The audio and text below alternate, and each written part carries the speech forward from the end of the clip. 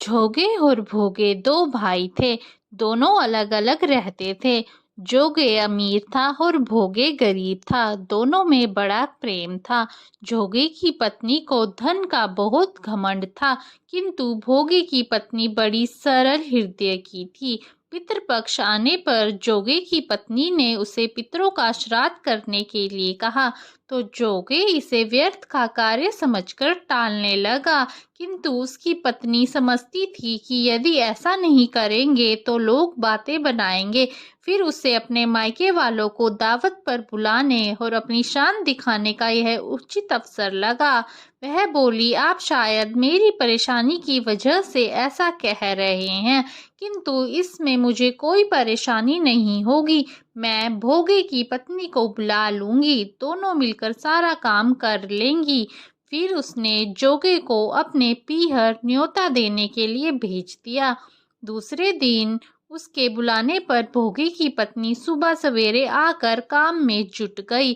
उसने रसोई तैयार की, अनेक पकवान बनाए, फिर सभी काम निपटाकर अपने घर आ गई। आखिर उसे भी तो पितरों का श्राद्ध तर्पण करना था। इस अवसर पर ना जोगे की पत्नी ने उसे रोका, ना वह रुकी। शीघ्र ही दोपहर हो गई। पितृभूमि पर उतरे। जोगे भोगे के पितर पहले जोगे के यहाँ गए तो क्या देखते हैं कि उसके ससुराल वाले वहाँ भोजन करने पर जुटे हुए हैं।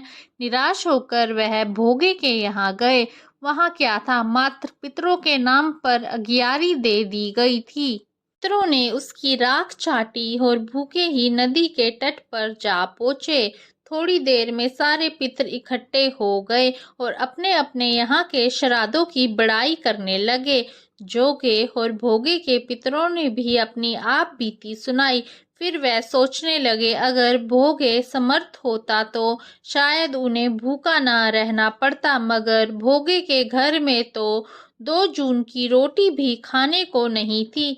यह बात सोचकर सबको उन पर दया आ गई। सब पितरों ने मिलकर बोला, भोगे के घर धन हो जाए।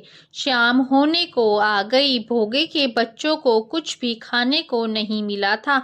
उन्होंने माँ से कहा, भूख लगी है। तब उन्हें टालने की गर्ज से भोगे की पत्नी ने कहा, जाओ, आंगन में होदी रखी है, उसे जाकर खोलो और जो कुछ मिले बांट कर खा लेना। बच्चे वहां पहुंचे तो क्या देखते हैं कि होदी मोहरे से भरी पड़ी है। वह दौड़ दौड़ के माँ के पास पहुंचे और उन्हें सारी बात बताई। आंगन में आकर भोगे की पत्नी ने यह सब कुछ देखा तो वह हैरान हो गई। इस प्रकार भोगे भी धनी हो गया, मगर धन पाकर वह घमंडी नहीं हुआ। दूसरे साल पितृपक्ष आया। श्राद्ध के दिन भोगे की स्त्री ने 56 प्रकार के व्यंजन बनाए। ब्राह्मणों को बुलाकर श्राद्ध किया, भोजन कराया, दक्षिणा दी।